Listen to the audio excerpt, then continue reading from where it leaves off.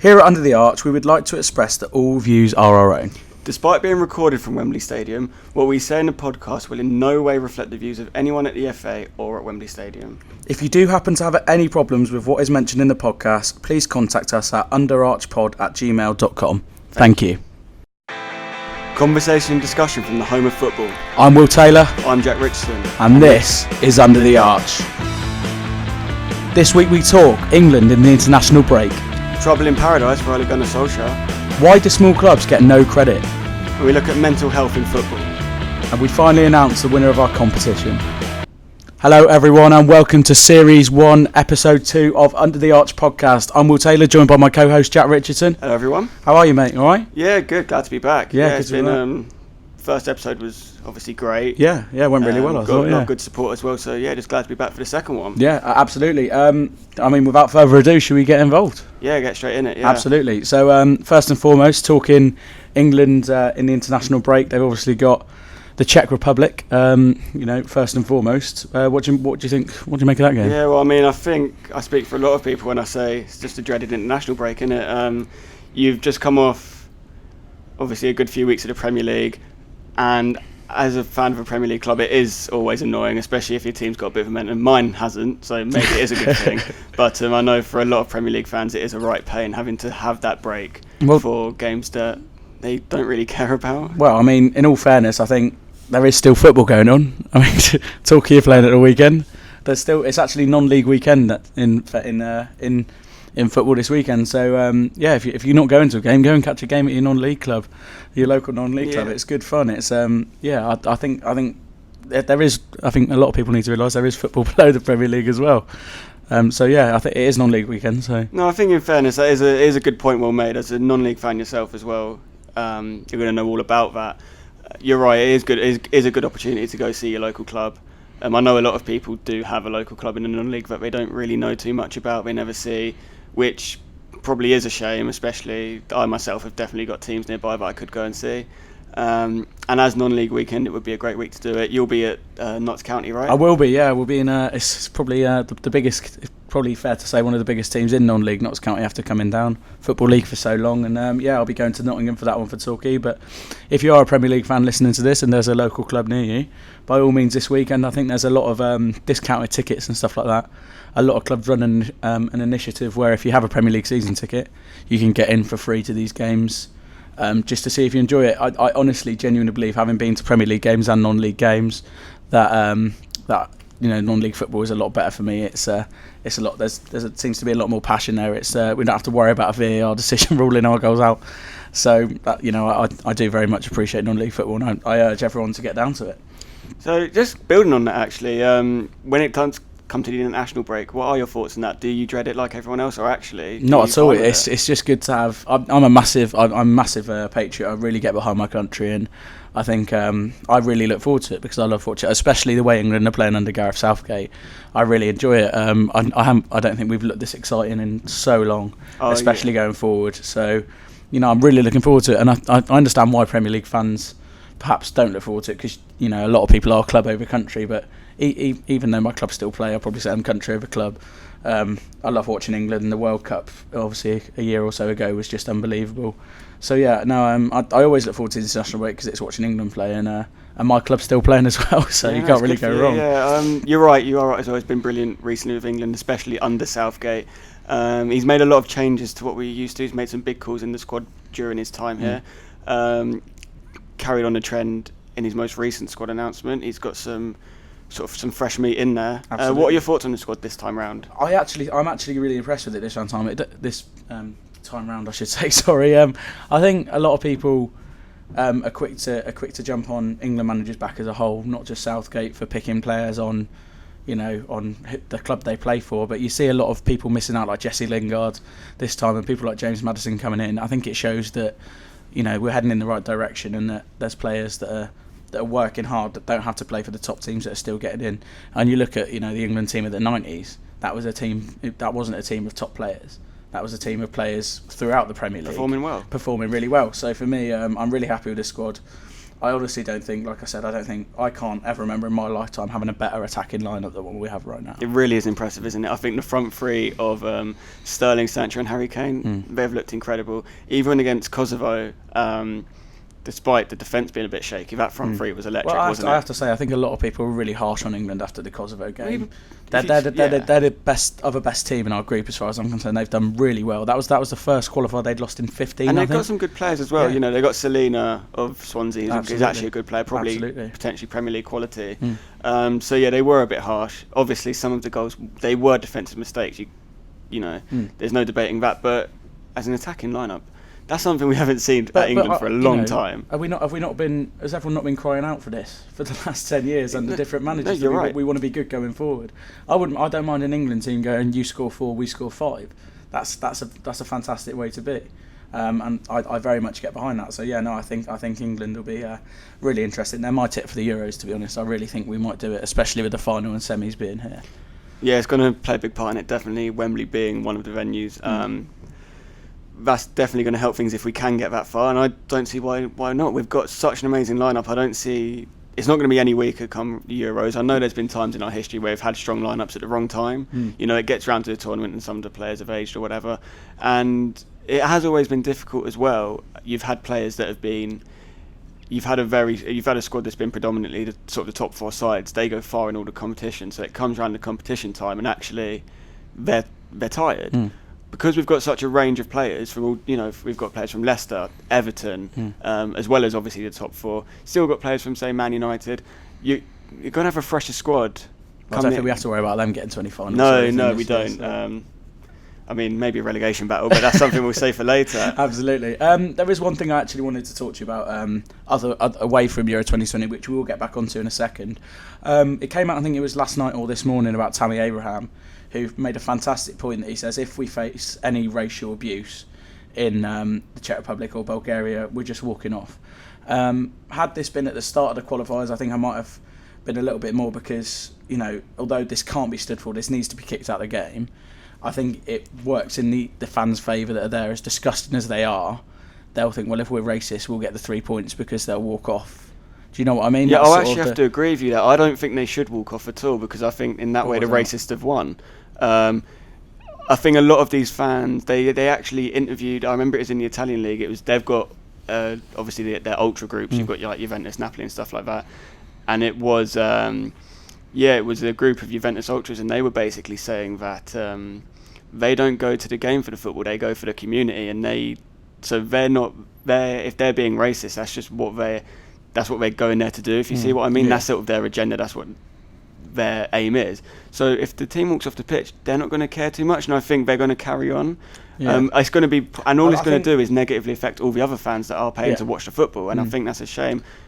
I don't know about you. Yeah, no, I think it all goes down to what UEFA or FIFA sanction is of it, because if UEFA go, right, they walked off because they were racist, so therefore the other team lose the game and England get the 3 points, it has to be clear, because else it's going to be, these players this has to be obvious, clear and obvious. That's the key. Yeah. But if UEFA are going, right, well, they were clearly racist, that's why they walked off the pitch. Yeah, I think. Then fair enough. Like they should retrospectively lose the game. My worry is I don't think they will, which means luckily by this point we're virtually qualified. So I think it's the right thing. We're in a luxury position where we can. But I think England could really set a precedent here. I think we've always done well to set precedents in football. We've always been quite a respectful nation, bar a couple blips. And I think why not be the first ones to set this precedent? Because if we do it, then we might see more players doing it domestically and internationally, which would be brilliant for the sport. Yeah, I think it will. You're right in terms of the way UEFA looks at it and FIFA, etc. For all these different things. It's what actually happens when they do walk off. How is the game finished? Who are the points awarded to? Are there any points awarded? I think that's my biggest fear because it's not clear yet. Because it hasn't happened yet. But you're right. I think even if it does mean losing the game, which isn't right at all, but even if it does mean that, I think sometimes in these positions you do have to sacrifice for good to be, for a good thing to change. That's just not in football. That's just in general life. People all throughout history have had to sacrifice for the greater good, and this might be a case of that. I'm hoping it isn't. I'm hoping there is no, racist incidents, but. The greater good, that's a bit hot fuzz there. Well, yeah, I do love that film, so I'll throw it in where I can. Absolutely. No, touching on what you said, I think you're totally right. I don't see how Montenegro is still in our qualifying group after the racist abuse. Terrible. Just get them out. Just absolute. They should not even be in a UEFA or FIFA competition. I think it should not. I think the whole system is wrong. Because our players shouldn't have to set a precedent. UEFA should be setting a precedent. UEFA should be saying, right, okay, they've been racist, that's it for them. Kick them out the competition. How are Russian teams still in the Champions League? Terrible. If you're racist, kick them out. How hard is it? I don't understand. How hard could it actually be? It has to be something drastic as well, otherwise they just won't listen. There's no point giving little fines, which the clubs are just going to end up paying anyway. I think you need to really do something. Was it Malcolm of Barcelona who went to Zenit? And they held a banner saying we don't want black players. It's terrible, and they're still in the Champions League. They're still in. How? Just kick them out. I really don't get why. What's the fine? What's the behind? Do the players care that much if they're playing behind closed doors? I don't think they do. No, they're still in the competition. It's still great for the players. Well, why not punish the whole club? And you just ruin it for fans that. They are good fans, and it's there are good fans, and it's a minority that ruin it for the rest of them. So I'm not overly impressed with that, but like I said, it is. We will see what happens this in the coming week or so. Yeah, I'm hoping as well. My final point is I'm hoping it doesn't take over. The game shouldn't be centred around these incidences. It should be how impressive the teams are, and I just really hope that this international break isn't clouded by something like that. Hope it doesn't get to that point, but we'll just have to wait and see and touch on that after the events. Yeah. Absolutely. Hopefully it doesn't come to that, and we'll be sat here in a couple of weeks talking about how England and Czech Republic were very respectful. But we'll see how that goes. Moving on slightly, obviously we spoke about the international break and how it was very might not be great for many people. Do you think it's a good thing for Ole Gunnnar Solskjaer, because it sort of might take people's minds off just how bad Man United have been? He does need a break. Yeah, I think this is the perfect situation for him to have the international break, because his next game is going to be Liverpool. Yeah. And he needs all the time he can get to mentally prepare for that. Yeah. And I think it'll be good for the players too, because obviously we're expecting England to be. They should be good. They should be impressive, and it might be a chance for players such as Marcus Rashford to sort of find their feet a little bit more, get into some good form with England coming into the United squad for a big game, and actually performing better than perhaps he has been recently. He did actually tweet the fans. I saw Marcus Rashford. He put a tweet out about a week just after the Newcastle game, and he said, "Look, I'm a Man United fan myself. I know how you feel. I'm gutted. We do need to improve it, and we are going to do everything we can." So I think he does want to do. Of course, he wants to do it. But hopefully he can go on that international break, pick up some form, and might be more of a competition than people are expecting against Liverpool. Yeah, I personally don't think it will be anywhere near. I think Liverpool are streets ahead of Man United, and that will show. But you look at some of the stats for Solskjaer, and it's dismal. No away win since that great night in Paris in February. That's an awful stat. That's terrible. I think Cardiff, who have been relegated, have more Premier League away wins since February than Man United do, which is just horrendous. What do you make of that? How do they go about changing that? And can he change that, or is it actually just time for him to step aside? It's crazy, because we thought that was the turning point, that away win at PSG. We thought, hang on a minute, this could be something good, and we thought, wow, Ole's in a great place. It's basically paradise for him. He's back at his old club where he's a legend. He's got the opportunity to be the manager, and after that win, we thought, wow, this could be great. I think for me, the problem originally was he had a great run of results straight away, but you look at the teams he beat, and there was some impressive wins there, 3-0s, 4-0s, etc. But they were against teams they should have been beating like that. There was a Bournemouth, there was. I think there was a League Cup. It was Reading. It was game, and then his run of games after that PSG game. He had to play City, he had to play Liverpool, he had to play these bigger sides, and I think they gave him the job. He was there. He was there till the end of the season anyway. They should have seen how he saw out the season and then thought about. I think it was a silly decision. But anyway, he's got it. It's not been great. Most recently, I think starting off with the transfer window, I don't know your thoughts on that. Some people were happy. I know a lot of, especially Man United fans, not happy at all. No. What do you think of the business? Just going back to your point before about legends coming back to manage clubs, that's happened to Torquay twice in the last 4 years, and both have been sacked pretty quickly. It doesn't always work. It doesn't work, no. I think football can be too sentimental at times, and in the Premier League, when there's a club like Man United, it's a cutthroat business. And I don't think they can carry on like this. Excuse me. So it was a very poor transfer window for me. I just don't think it was very good. Harry Maguire looked like the answer. Sorry, I don't think he is. I think it's good money. It's a lot of money, but I think he's a good player. He needs someone next to him. He needs a good player next to him. Tuanzebe's not ready yet for me. Wan-Bissaka, again, I think the problem is they're getting these players and putting everything on them, all the pressure on them, all the onus is on these players. And in all fairness, United haven't been awful at the back. They haven't been shipping 5-6 goals a game. So I think Maguire and Wan-Bissaka have actually probably been okay. But, they didn't sign a striker when they needed one, and they let Lukaku go. That's a huge problem. As soon as Rashford got injured at West Ham, they were left with nothing. Yeah. They've not done anything near enough in midfield. Fred is arguably one of the worst signings I've seen in the last 10 years. For the money as well, he's ridiculous. For 50 million for him, it's ridiculous. I don't understand how he's there or how he's doing it. So, no, I don't get that at all. I think it was a poor transfer window. They didn't offload enough Deadwood. They made out they did by getting rid of Smalling and whatever, but they didn't get rid of enough Deadwood for me. And I just think, and they're not going to with Solskjaer there. Like, it's the same situation as when Moyes was there. Players don't want to go and play for Ole Gunnnar Solskjaer. They want to go and play for Man United under a good manager. That's why, from Mourinho, for all his flaws, signed some good players, was able to sign players like Zlatan Ibrahimovic because it's Jose Mourinho. Yeah, and they might not have all turned out great, but he did bring in good players. Absolutely. And unfortunately, it just didn't work. But you're right, it's not just Man United people want to play for, because at the end of the day, if they're not doing well, if there's nothing else they can offer other than just being Man United, people aren't going to go there. As a manager, Ole Gunnnar Solskjaer hasn't done anything. He got Cardiff relegated, not been excellent at Mould. He should be winning the league every year there, and that's not something he has done. And in terms of their transfer window, yeah, you're right, it wasn't great. I think it had the potential to be good because they've signed Maguire, who, behind Van Dijk, who just wouldn't be available, probably was the most sought after centre half in the Premier League. Wan-Bissaka was wanted by a lot of people, even Bayern Munich were interested, which is, even in Europe, he was hot property. I think Daniel James was a great signing for what he was a signing for originally. Yeah. I think he should have been a bench player, which is no discredit to him. I just think that's what their plan was when they signed him, and now, unfortunately, they're relying on him. But when you get rid of a striker who's actually been scoring a lot of goals in Lukaku, he was sort of their only player getting double digits every season in terms of goals.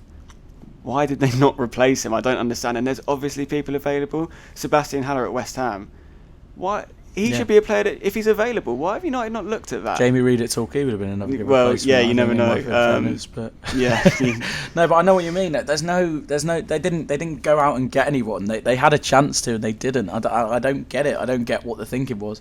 Leaving Lukaku to go so late as well. It's obvious he wanted to go. He was training with Anderlecht. He didn't want to be there. Solskjaer didn't want him there. Sell him early, get a replacement, and go into the season with a bit of momentum. Yeah, I think it was really poorly done. My final point on Man United is the most recent one. Obviously, it's been a poor run of away form. It's 11 games on the spin now where they haven't won away from home. Most recently, Newcastle United. Yeah, that's a big one because that's a club that's also had its own struggles. That's a club in turmoil as well. I think it's the fans aren't behind them, aren't behind Steve Bruce, understandably. As football fans ourselves, I think we offer our support to Newcastle because it must be a horrible situation to see a club owned by someone who like I saw a stat, they're the 19th richest club in the world. And what have they got to show for it? Nothing. It's greed. It's nothing other than greed, and I do feel sorry for Newcastle fans. But at the end of the day, I think it's a huge result for them. I think Steve Bruce's saving grace might be the Longstaff brothers in midfield. They were absolutely excellent, weren't they? Yeah, and obviously young Matty Longstaff getting a goal on his debut. Great finish as well. Absolutely, absolutely. Didn't look like a debut player to me. No, he looked like he was very accomplished. Getting back to Man United, because that's what we are talking about. Although ironically enough, we're going to talk about small clubs not getting any credit next. What do you think it was? Were Newcastle that good, or were Man United that bad? I think it's both. I think it's both coming into play at once. I think Newcastle were more impressive than what they have been. I don't think they were excellent, but they did the basics well, and it was an improvement on their previous performances. Man United it wasn't that Man United were terrible, because there were still passages of play where obviously they are a good side. I just think it's the fact that they offer nothing in attack. So they can have 90% of possession, and I wouldn't be worried as an opposition player or fan, because There's nothing on the end of it. I don't think they troubled Newcastle's backline once. That we watched the game, didn't we? Yeah, we did. Yeah, I can't think they did. No. And they didn't. There was no troubles for Newcastle. They just don't. And that's the thing. That's why it's so poor. But they really did need to bring in a striker. That's something that's carried them in recent years. They've obviously had Lukaku. Although people didn't love him, he got goals. We had Ibrahimovic, where he was getting goals, and I think they, even in that time where those players were there, they knew Rashford wasn't going to be a 20 goal a season, goal scorer. I don't think he's a striker anyway. No, in fairness, but they know this. I don't know why it hasn't been sorted out. No, it hasn't been addressed. But yeah, like you say, it's disappointing that they haven't got the striker. But can you go away to St James's Park and perform like that and expect to keep your job as Ole Gunnnar Solskjaer?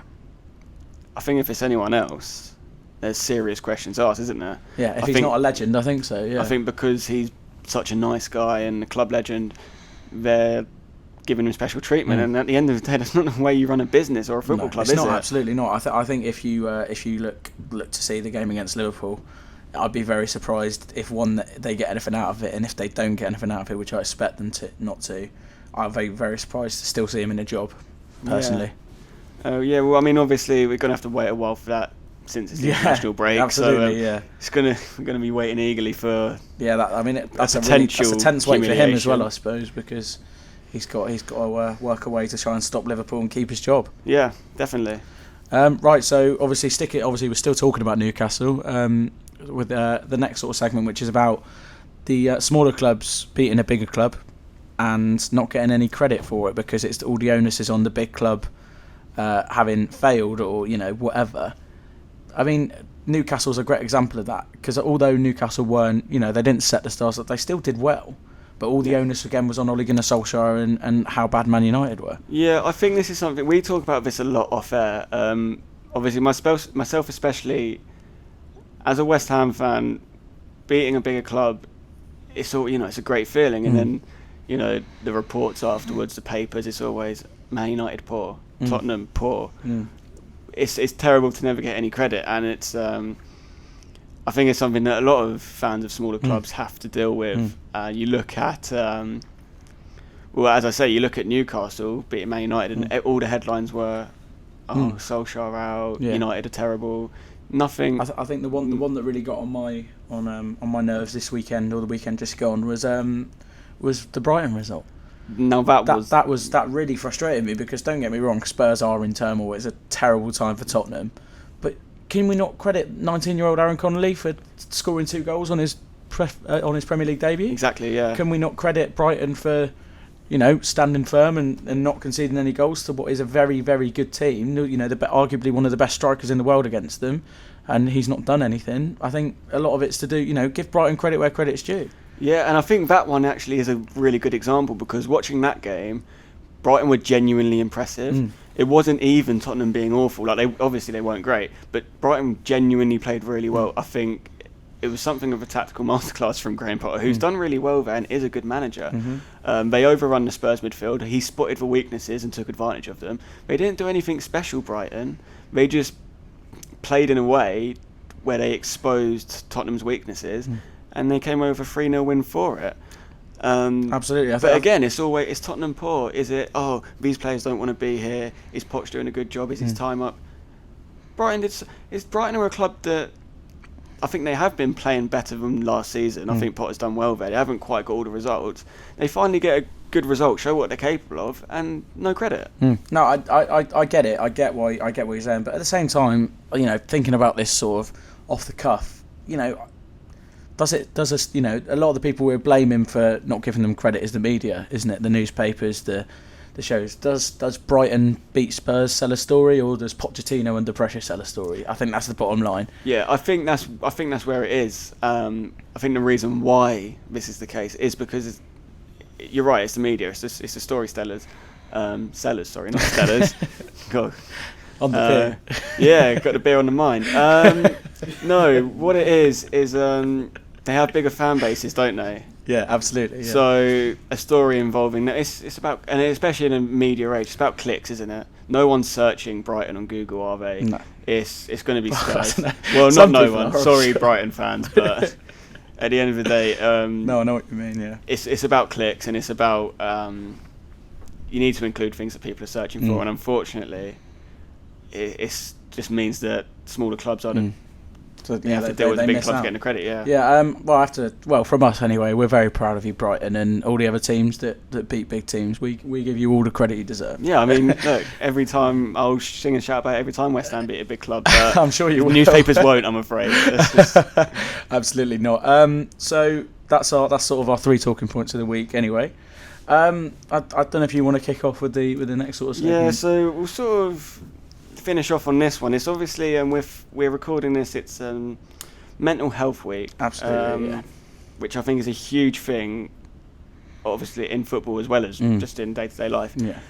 But I think it's been highlighted in football a lot, especially in recent times, with the rise of social media, and I think the ability for people to just sort of say what they want, and there's a lot more sort of direct communication with clubs, with players, etc.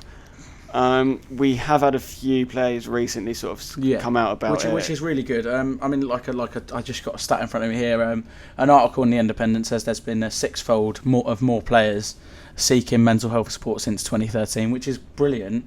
But I do think that's to do with the rise of social media. I think that's to do with the fact that these players now can be targeted directly. But fair play to all of them for seeking help, for not bottling it up, because I think that's the biggest thing. Obviously, suicide is the biggest killer of men under 40, so it's a huge thing that needs to be spoken about, and fair play to for these people. You know, you've got people like Danny Rose who came out and were very open about it. Aaron Lennon, who was obviously in a really dark place, and he came out and got the support he needed. We've had Micah Richards, even Paul Merson, he's been very open about his mental health issues. Peter Crouch, who was on about his bullying and stuff like that. And more recently Marvin Sordell, who played for Burton Albion, who just retired, didn't he, due to it. So yeah, I think for me it's something that I'm really big on. I think the one you touched on there, Peter Crouch, for me, sort of the biggest one for me to sort of explain it, is because Peter Crouch is widely known as one of the most charismatic football players ex-football player now, that's around. He's very funny, people love him, he's always smiling, but actually you don't know what's going on inside someone's head, and it is good that he came out, because he didn't have to, did he? But and I think it just goes to show you always talk. Yeah, absolutely. Not just about your own experiences, but to other people. If even if your mate is smiling, just say, "Are you alright?" Yeah, exactly. I think that's it's a predominantly male audience. There's no getting away from that being a sports show. It's predominantly male. And yeah, I totally agree. If you don't feel like something's right with your mate, check. If they say they're not okay, try not to take the mick. Try and take it seriously, because we're all fighting our own battles. And I don't think the story on the outside always tells us the same story as what's on the inside. So yeah, please do check up on your mates. Not just on Mental Health Week, the other 51 weeks are equally as important. Yeah, I think that's the most important thing to get from this as well. I know Mental Health Week is obviously putting it into the limelight, but yeah, all the time. I mean, my issue is, especially with the trolls and stuff on social media that we mentioned, is that these people, which is what really winds me up, is these people that are hiding behind fake accounts and tweeting players like Marcus Rashford and players all this racial and horrible abuse on their personal Facebooks and their personal Twitters. I guarantee they're retweeting about Mental Health Week and how to check on your friends. Yeah, I guarantee it, because everyone does. The worst one I've seen, I mean, I don't watch Love Island. It's more of a personal protest than anything, but I don't.